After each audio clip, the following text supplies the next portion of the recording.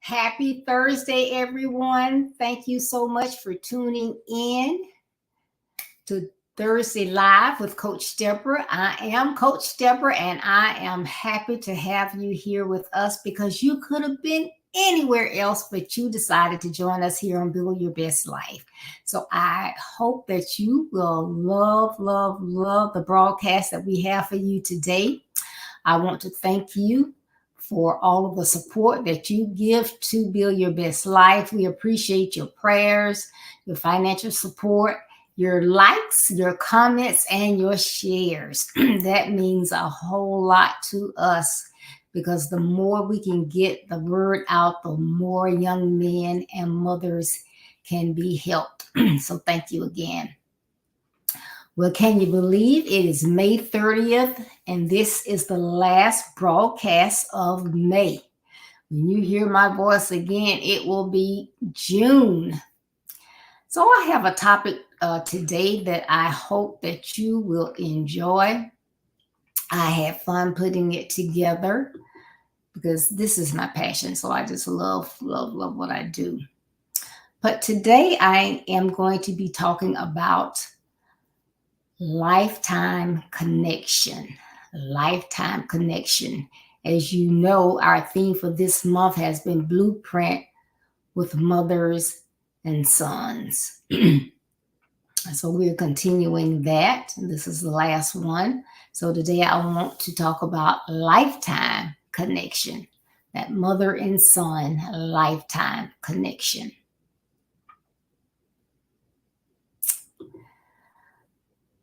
Well, as I talked about before, that mother and son relationship can be such a blessing to both the mother as well as the son. And if the mother does her work and her training with her son the right way, some young lady will benefit down the road.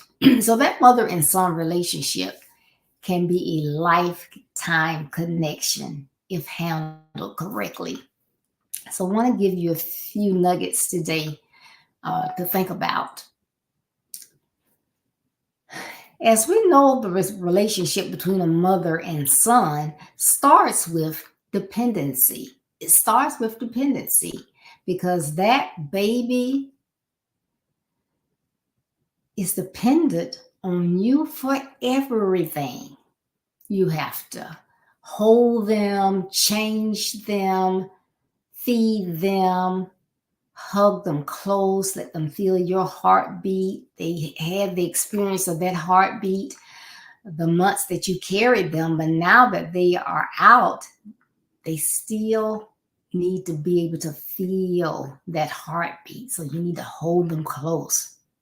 And as they get older, you teach them different things. But for, hey, the first 6, 8, 10, well, not that long, but let's just say 5, 6 years, they will be totally dependent on you. Excuse me. You begin to teach them, small things. You have to teach them in small steps, but you begin to teach them how to dress themselves, brush their own teeth, but certain things they're still dependent upon you for. But that dependency is key, because if you're not there for them, you're detached for some reason, that impacts them. And that detachment, or not giving them what they need in those early years, impacts them further on down the road. So that beginning dependency is essential. So dependency. Put that in the chat, dependency. Another thing that mother does is nurture.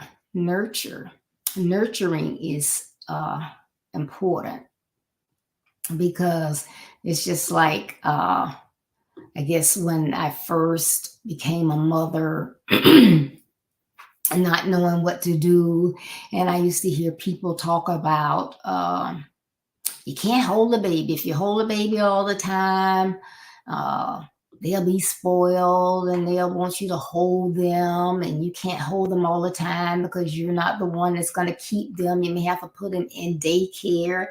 And if you're holding them, then you make it bad for somebody else and you make it bad for them. So at first I was like almost scared to hold my baby for any length of time, because I'm like, oh, I'm going to spoil him. And then, if somebody else is watching him, he's going to cry and they won't take care of him. And my mom was like, girl, if you don't get this baby.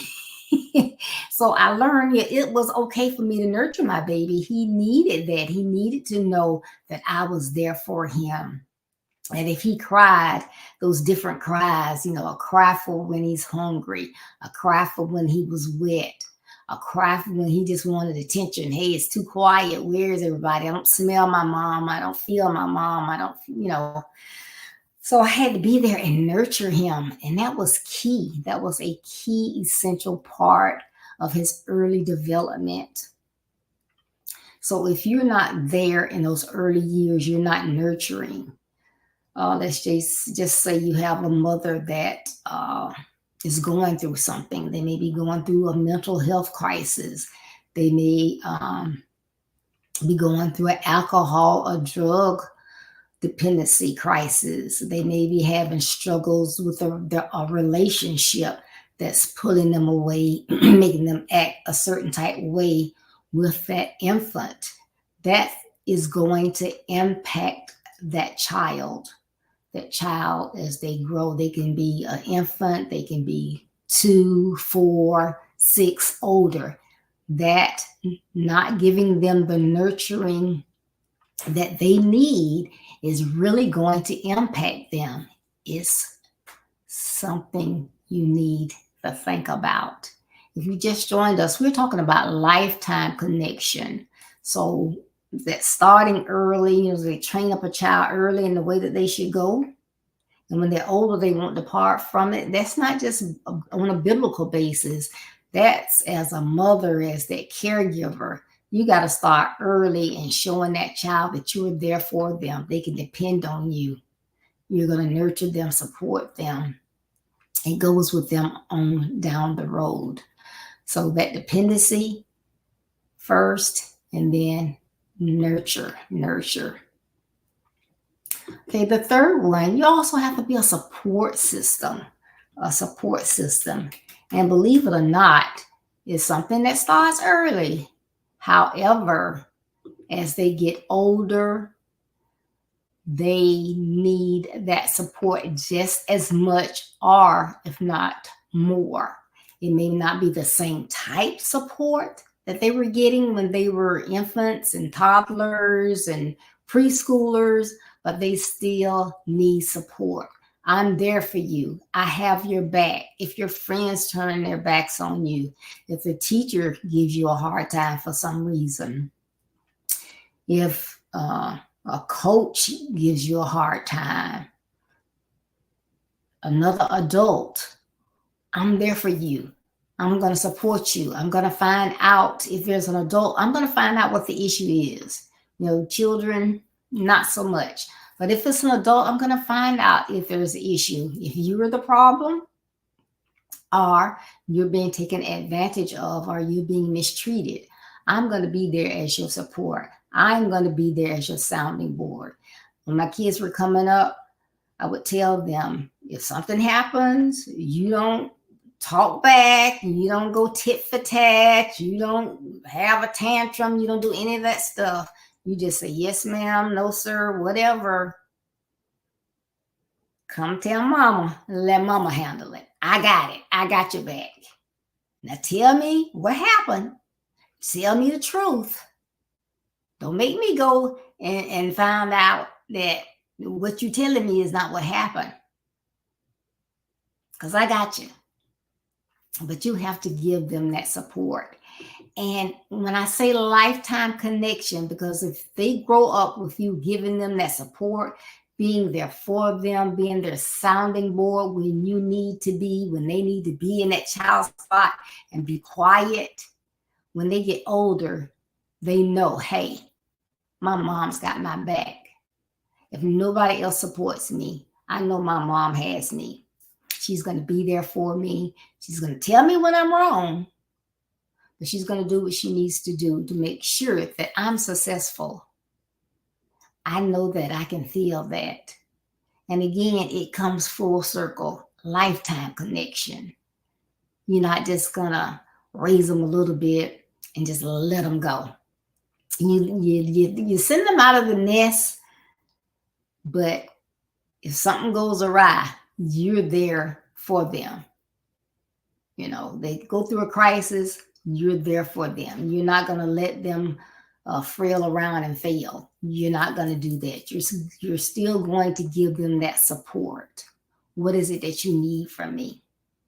I got you. And it's even when it's something that, they got themselves in on, themselves, So if you do something that is out of character, you get involved with the wrong people, you get in trouble. You get involved with alcohol or drugs, and you get yourself in that spot. Hey, mom, I've messed up.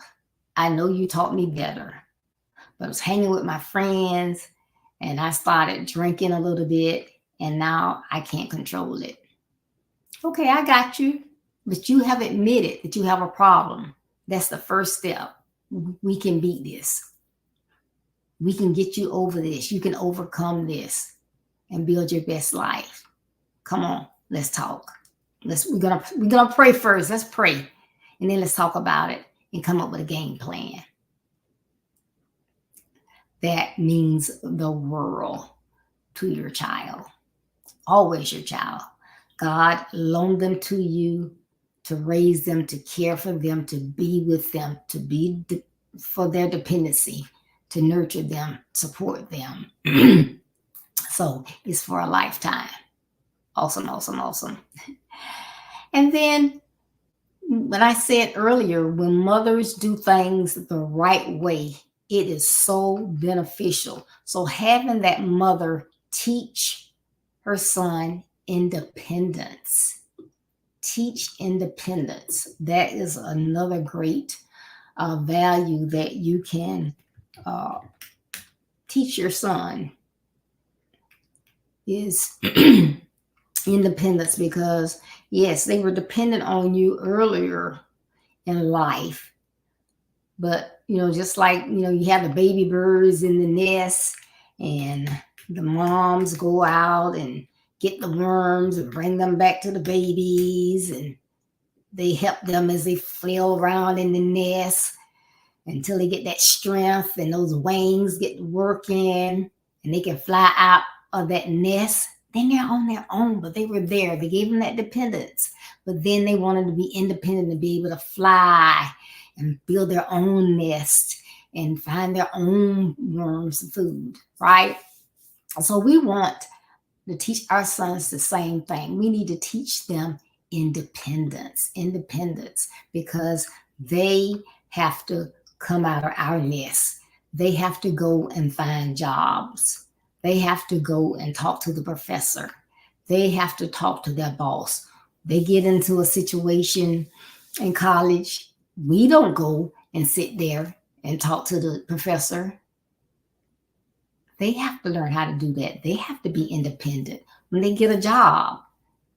Well, Mom, I was at work, and when I interviewed for the job, they said that I was going to be on the cash register. But now I've only been on the register once. They got me in the kitchen, cleaned up.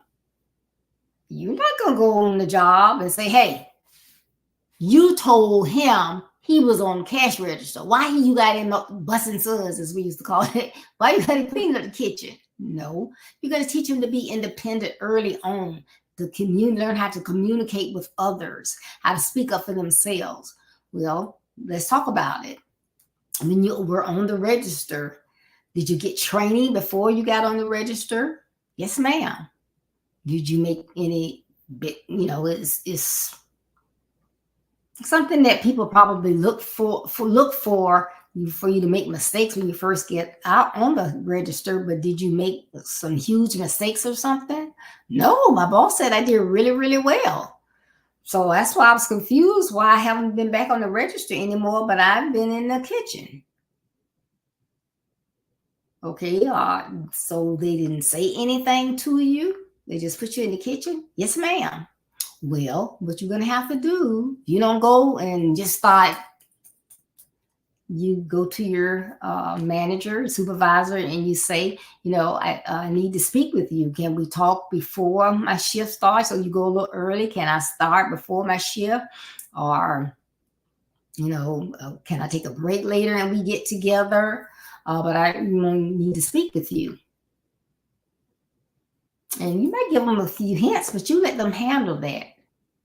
That's showing them independence. And they come back, oh, yes, I did speak with my supervisor, and he explained that was his mistake, that yes, he hired me as a cashier and I will be a cashier. Excuse me. But they had to train some people they were doing a pilot program, and they had to bring in some people from get them trained, to get them sent out to a new store. And that was why they shifted me, and it's going to be for like 2 weeks. And he explained that it was his mistake, that he should have just sent me back there. But he thought that the shift supervisor was going to get with me. However, since they didn't, he'll take the blame, but he should have explained to me what was going on in his apology. And he stated that I will be making the same salary. I'll be getting paid as that cashier, but they just need me to do this for these 2 weeks. And so I feel really good. Well, great. But you show them how to handle those situations. Because again, you cannot be with them and you don't want them to be dependent on you. You want them to have that independence. You want to teach them those things in life that they need to know. Male, female, they need to know how to clean their rooms, change their linen, wash their clothes, press their clothes, do laundry, vacuum, dust, cook meals. They need to know how to do all that on their own. They may marry someone and have the kind of life that their partner is able to stay home, be a stay-home mom, and they do all those things. But that partner may get sick, but it's nothing for them to help out sometimes. Hey, you work so hard. I got it. Take it easy a couple of days. I got it. But you teach them that independence so that they can be better in life. But they will appreciate it down the road. And that's that lifetime connection. You know, my mom was there for me. My mom taught me this. My mom taught me that. I don't have to try to run out and get married too early because I don't know how to do anything. I need somebody to help me out. I get married in my time when I'm mature enough to handle someone else in my life, my family, whatever. So all of this is good stuff that moms want to teach their kids because they want them to be successful in life. And another thing, you know, moms, this is not something they teach, but moms make some huge sacrifices in order to ensure that their sons are secure. So, you know, while that mom is taking the time to teach life skills, basic principles, give them that Christian foundation. They could have been doing some other things, but they sacrifice. You know, this child did not ask to come into the world. I brought this child based on the plans that God had for me. He loaned this child to me to raise. So it is my duty to do these things. So it's okay. I'm going to make some sacrifices because I want them to be the best that they can be and be successful in life and never look back and say, well, why did my mom teach me this? So why wasn't my mom there for that? You know, I didn't have anybody to teach me anything. I learned listening to guys or whatever.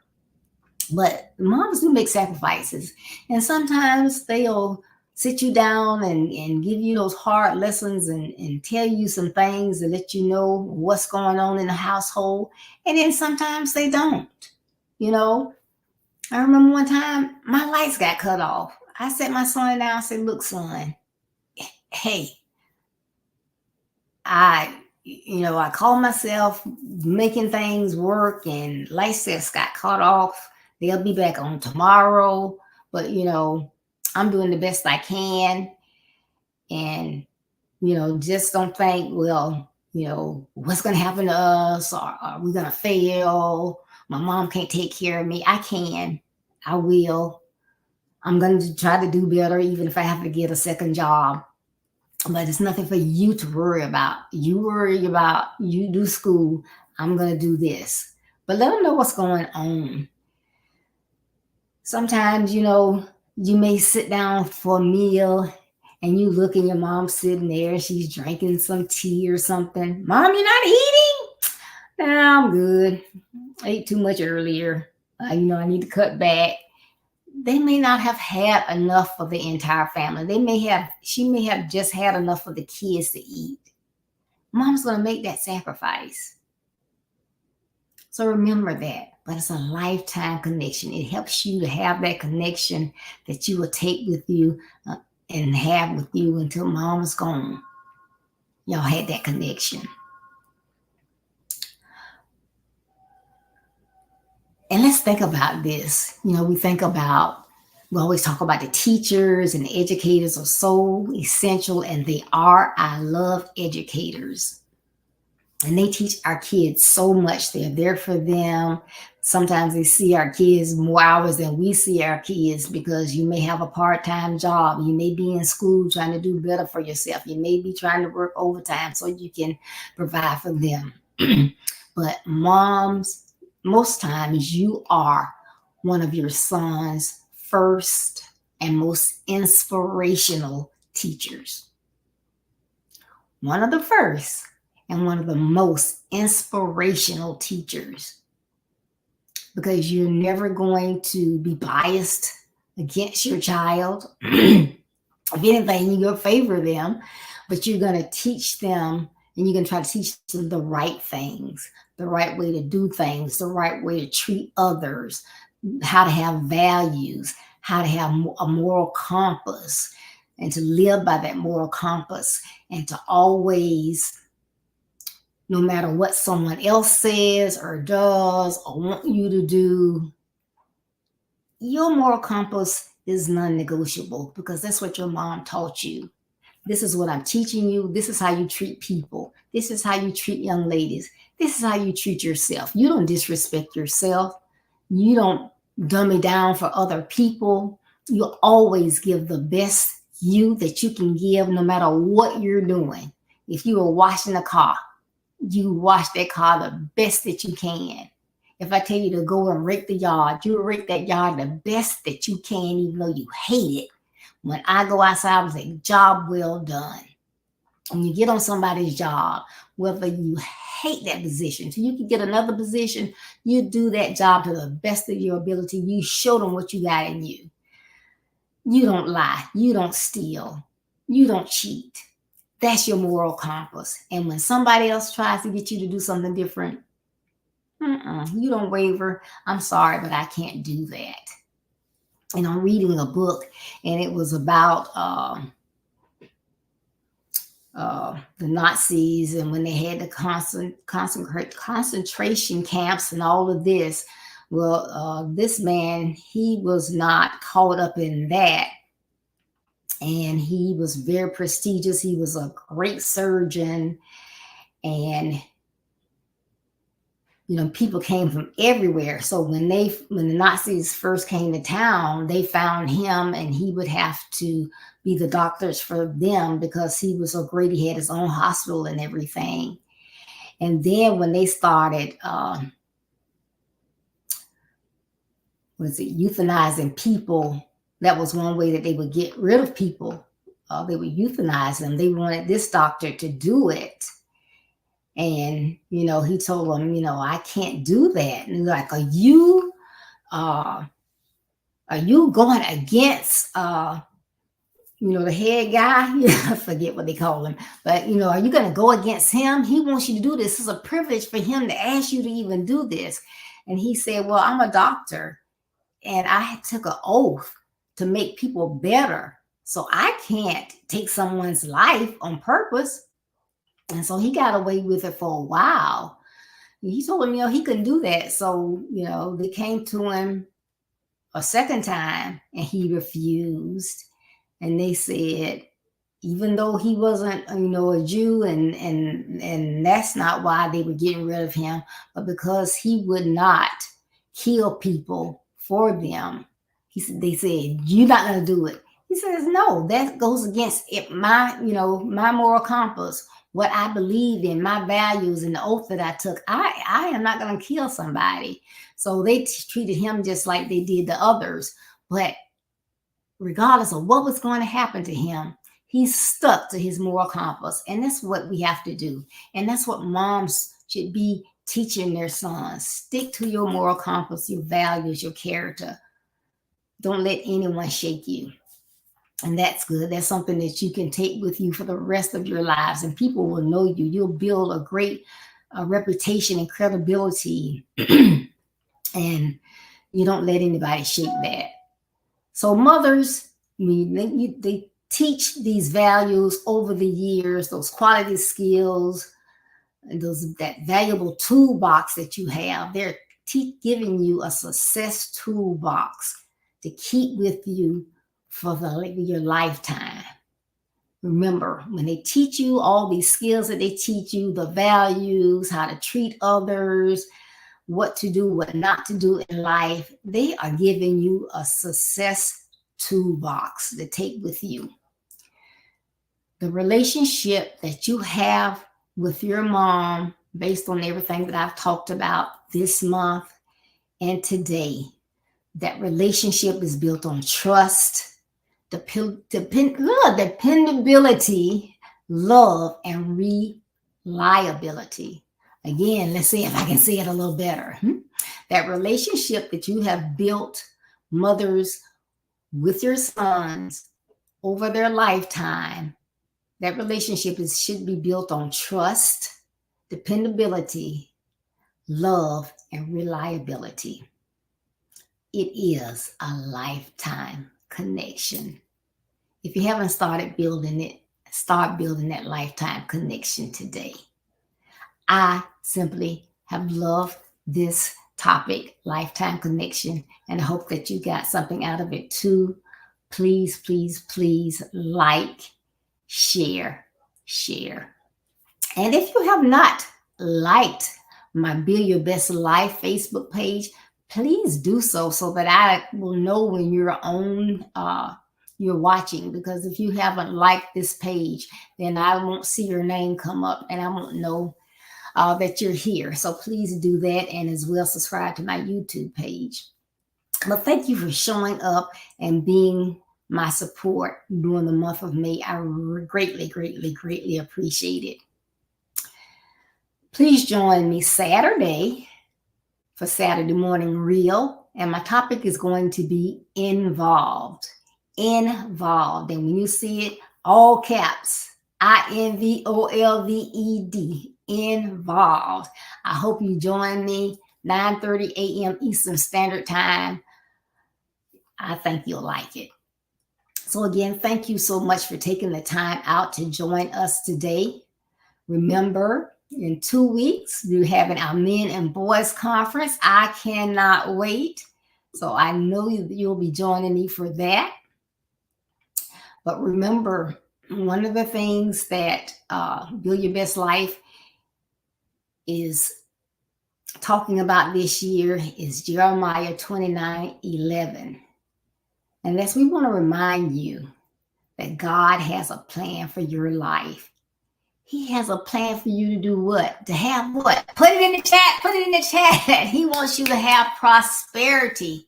Prosperity, not despair. He wants you to have prosperity. And he also wants you to have the future that you hope for. So please design your blueprint based on the plans that God has for you. Put in the work and build your best life. And remember, building your best life is our business. That's not a slogan, it's our commitment. I love you. Be blessed. Stay safe. I will look for you Saturday, 9:30 a.m. Eastern Standard Time. To then, be safe, be blessed, and start building that lifetime connection with your sons. Bye-bye.